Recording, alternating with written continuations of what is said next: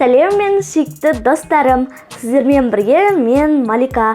Менің арнама қош келдіңіздер. Бүгін біз сіздермен асқабақтан орама жасаймыз. Егер де сіздер менің арнама алғаш рет көріп отырсаңыздар, бірден менің арнама тіркеліп, лайк басып, қоңыраушаны басып, комментарий қалдырып кетіңіздер.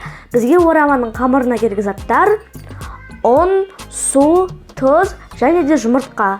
Ең бірінші біз судың үстіне тұзымызды салып араластырамыз. Менде су салқын су. Сіздер бөлме температурасындағы суды да ала берсеңіздер болады. Енді тұзын суда жақсылап ерітіп аламыз. Енді біз оның үстіне бір жұмыртқа қосамыз.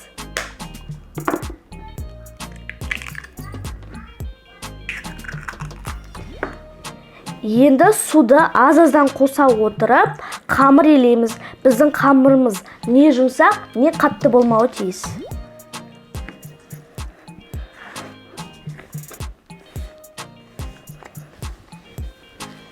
Шетінен қосып отырамыз.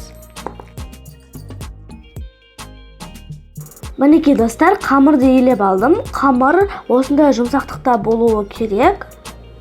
Енді біз оның бетін жауып, иығанғанша қойып қоямыз. Енді біз қамыры иығанып тұрған кезде салмасын дайындап аламыз. Оған қажет заттар: пияз, картоп және де асқабақ. Енді оларды тураймыз.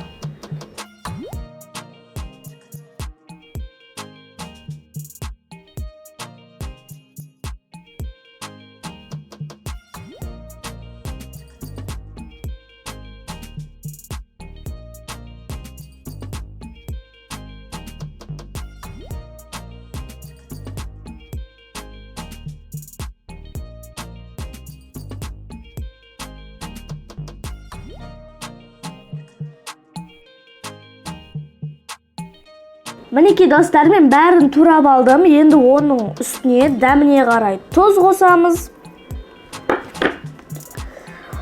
Бұрыш қосамыз.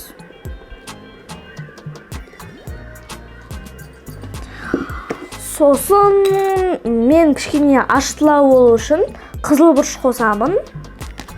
Сіздер паприка қоссаңыздар да болады, немесе қызыл бұрыш қоспай қойсаңыздар да болады. Енді оны жақсылап араластырамыз. Мінекей достар, біздің салмамыз дайын. Достар, біз салмамыз дайындап болам дегенше, қамыр да естіп әдемі болып иығанды. Енді біз оны 4 бөлшекке бөліп, күлшелеп аламыз. Мінекей достар, осылай 4 бөлшекке бөліп алдық. Енді біз оларды жұп-жұқа болғанға шейін жайып аламыз.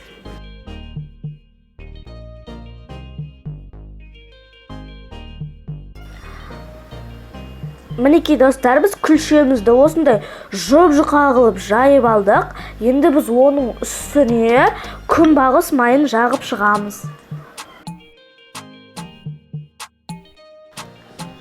Достар, қамырдың бетіне жақсылап күнбағыс майын жағып алдым. Енді біз оның үстіне салмасын салып, реттеп шығамыз. Енді орамамызды осылайша орайтын боламыз.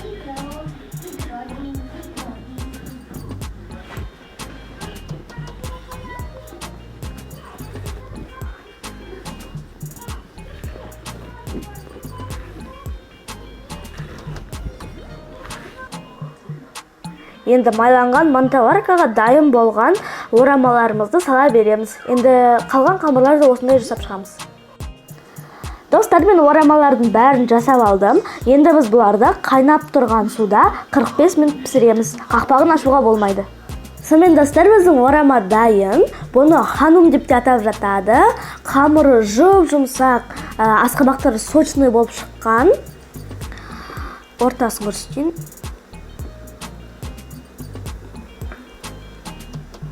Мінекей, ортасы осындай болып шыққан. Сіздерге міндетті түрде жасап көруге кеңес беремін. Егер де сіздерге рецепт ұнаса, лайк басып, арнама тіркеліп, қоңыраушаны басып, комментарий қалдырып кетіңіздер. Ендеше ас дәмді болсын. Сау болыңыздар.